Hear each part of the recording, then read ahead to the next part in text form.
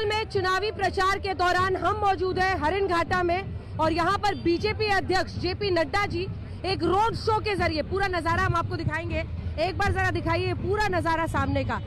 लोगों का हुजूम है और बीजेपी यहाँ पर अपने प्रचार में पूरी तरह से डूबी हुई है। 4 दौर का मतदान हो गया। इसी पर बातचीत करने के लिए जेपी नड्डा साहब हमारे साथ इस वक्त मौजूद है।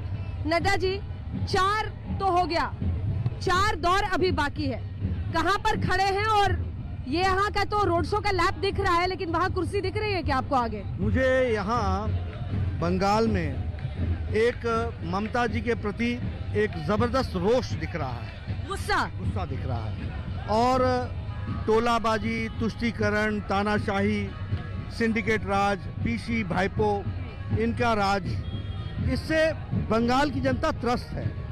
और जनवरी महीने तक मन तो बना ली थी, लेकिन डर था। धीरे धीरे जैसे जैसे चुनाव का प्रचार बढ़ा आगे, वो डर समाप्त हुआ। अब आप देख रहे हैं कि सब लोग सड़कों पर आ गए हैं, एक उत्साह का माहौल है और ममता जी को एक तरीके से नमस्कार करने के लिए, विदाई नमस्कार करने के लिए आतुर है जनता और कमल खिलाने के लिए आतुर है। लेकिन ये रोड शो हो रहा है सर, यहाँ आपके प्रचार की पारी चल रही है और ममता बनर्जी वहाँ विरोध कर रही हैं। उनका तो कहना, आप लोगों ने उनके प्रचार पर इलेक्शन कमीशन के जरिए रोक लगा दिया, उस पर क्या? ऐसा नहीं है। देखिए, one can have control over the action, not on the reaction. वो इलेक्शन कमीशन ने नोटिस लिया है उनके वक्तव्यों को लेकर, और इलेक्शन कमीशन इंडिपेंडेंट बॉडी है। और ये जो तरीका होता है, मैं ये मानता हूँ, जब कोई खिलाड़ी या राजनीतिक नेता क्राइसिस में आता है तब इस तरीके के बयान देता है। वो बौखलाहट है, वो हड़बड़ाहट है, वो कहीं ना कहीं अंदर से एक तरीके से फ्रस्ट्रेशन है जो वो बयान हो रहा है, और इसीलिए उनको अपने वक्तव्यों पर भी कंट्रोल नहीं रहा है।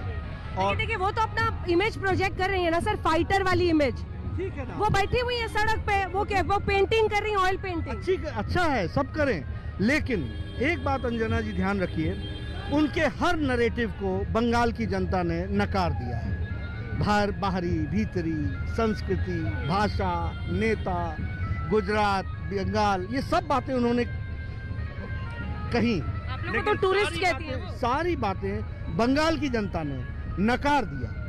और जिस तरीके से बंगाल की जनता मोदी जी की बात को लेकर के, अमित जी, राजनाथ जी की बात को लेकर के जिस तरीके से उनको फॉलो कर रही हैं, और उससे ये स्पष्ट जाहिर हो रहा है कि Bengal is wanting a change, और वो परिवर्तन की ओर चल पड़ा। ठीक है, मैं परिवर्तन वाली बात पे आऊंगी, लेकिन उससे पहले जिस इलाके में अभी आप प्रचार कर रहे हैं, 30% से ज्यादा मतुआ समुदाय के लोग यहाँ पर हैं जी। उनका यही कहना है कि टाइमिंग भी बांग्लादेश ट्रिप का पीएम ने इसलिए किया ताकि मामला बन जाए मतुआ समुदाय। नहीं है वो, ये ट्रिप बांग्लादेश का तो 1 साल पहले का था, कोरोना के कारण वो पोस्टपोन हुआ। और ये जो एक्सटर्नल अफेयर्स मिनिस्ट्री है, ये समय समय पर करती रहती। वो ओकेजन आया था, इतना बड़ा ओकेजन था, उस ओकेजन में बांग्लादेश की प्रधानमंत्री जी ने निमंत्रण दिया था, तो जाना आवश्यक था। प्रशांत किशोर वाला ऑडियो चैट आपने सुना है क्या सर, बीजेपी अध्यक्ष? जी सुना है। जी सुना है। वो तो कह रहे हैं कि मतुआ समुदाय के लोग बीजेपी की तरफ है। सिर्फ मतुआ समाज के ही नहीं, सभी लोग एक तरफा फैसला कर रहे हैं, और मतुआ समाज के लोग निश्चित रूप से आगे आए हैं। लोगों का एक्सप्लॉयटेशन हुआ, इतने लंबे समय तक एक्सप्लॉयटेशन हुआ। Now people of every section of the society ने ये रियलाइज कर लिया कि हमारा यूटिलाइजेशन, हमारा एक्सप्लॉयटेशन हुआ और हमारे लिए कुछ नहीं किया गया। भारतीय जनता पार्टी से आशा है, और भारतीय जनता पार्टी का ट्रैक रिकॉर्ड है कि वो समाज के सभी वर्गों को मुख्य धारा में लाने के लिए अग्रसर है। जय श्री राम का नारा लगा रहे हैं कि नहीं सर आप लोग बंगाल? देखिए, मैं मानता हूँ यहाँ जय श्री राम का जो नारा है वो परिवर्तन का नारा है, वह नारा विकास का नारा है, और इसको पॉपुलराइज ममता जी ने किया है। कैसे?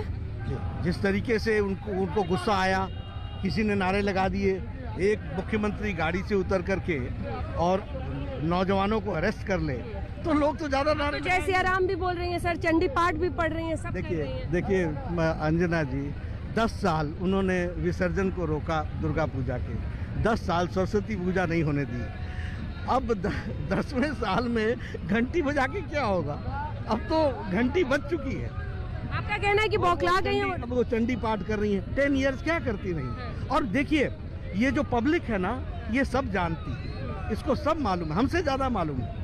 अच्छा ठीक है, पीके वाली बात में आपको क्या समझ में आया सर? ऑडियो में वो क्या कह रहे हैं, प्रशांत किशोर क्या कह रहे हैं? उन्होंने हार एक्सीड कर ली है, उन्होंने मान लिया है कि Modi ji is the most popular leader और बीजेपी के तरफ बंगाल की जनता चल पड़ी है और वो उसके जस्टिफिकेशंस बता रहे हैं उन पत्रकारों से बातचीत करते हुए कि कैसे ये हुआ है। तो उसको बताते हुए उन्होंने अपने आप ही रीजंस दे रहे हैं, हमने नहीं दिए रीजन। लेकिन देखिए, कूच बिहार वाले मामले पर क्या आपकी पार्टी थोड़ी गिर गई है? क्योंकि वो सीधा कह रही है कि नरसंहार हो गया है गरीबों का, क्या वो कहीं बैकफुट पर डाल रहा है आप? नहीं, बिल्कुल नहीं।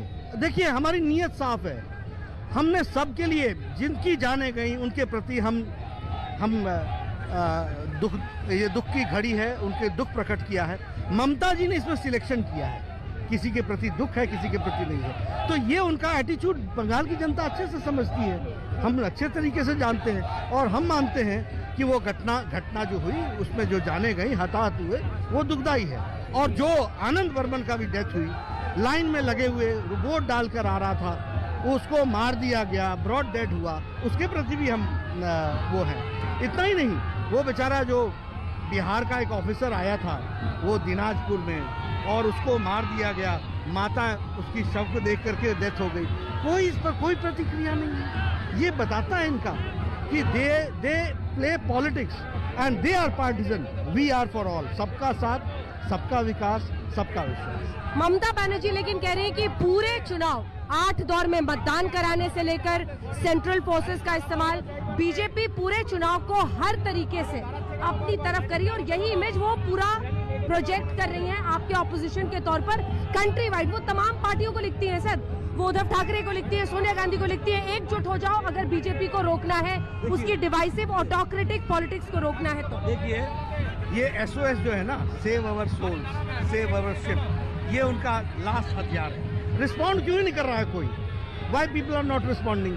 Because they know that the people of Bengal have decided for BJP और उनको मालूम है। और ये जो कि हमारे को ये किया जा रहा है, पंचायत के चुनाव में हजारों की संख्या में लोग नामांकन नहीं भर पाए, तब कहाँ थे?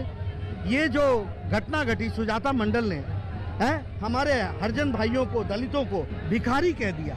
कहाँ है? कौन सी पॉलिटिकल पार्टी है? कहाँ है किस ये राजनीतिक दल? अब दलितों की पीड़ा कहाँ गई? तो ये जो डबल गेम्स हैं, इससे ये साफ झलकाता है। ममता जी ने एक शब्द नहीं कहा इस पर, सुजाता मंडल ने कहा है। सुजाता मंडल ने जो शब्द इस्तेमाल किए दलितों के लिए, नहीं देश की किसी राजनीतिक दल ने सिवाय भारतीय जनता पार्टी को छोड़कर और हमारे सहयोगियों को छोड़कर बाकी सब लोगों ने चुप्पी क्यों रखी है?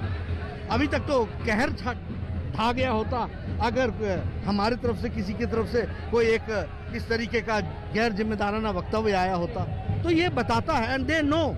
अब वो यहाँ हाथ जलाना नहीं चाहते, ये SOS करती रहे, लेकिन मालूम है। एक आखिरी सवाल आपसे, महिलाएं इस बार डिसाइसिव रहेंगी, मतुआ समुदाय, दलित समुदाय, सबको आपकी पार्टी पूरी तरह से टारगेट कर रही है, लेकिन महिलाएं इस बार डिसाइसिव होंगी चुनावों में, कैसे आपको भरोसा है कि वो आपकी तरफ? देखिए, जो नीतियां, ममता बनर्जी, बंगाल की बेटी, वो तो चल रहा है ना मामला। नहीं ममता जी, अब लोगों को शोभा मजुमदार याद आ रहा है। अब लोगों को ये याद आ रहा है कि Bengal is a state where human trafficking is maximum. लोगों को याद आ रहा है कि रेप केसेस मैक्सिमम हुए हैं। लोगों को ये याद आ रहा है, महिलाओं को ये याद आ रहा है कि एसिड अटैक सबसे ज्यादा बंगाल में हुए।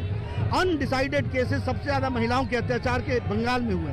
डोमेस्टिक वायलेंस सबसे ज्यादा बंगाल में हुए।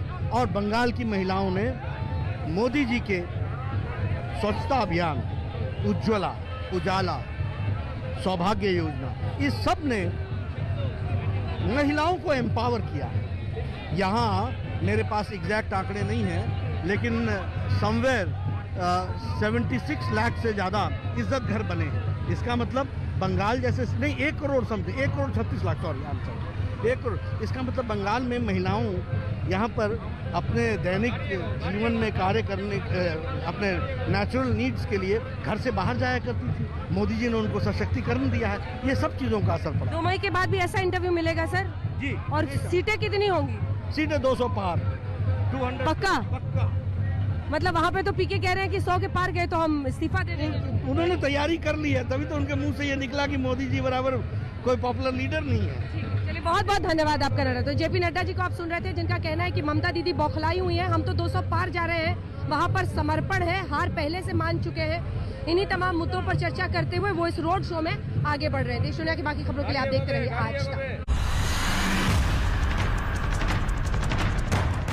नमस्कार, मैं हूं अंजना ओम कश्यप। हमें उम्मीद है ये वीडियो आपको पसंद आया होगा।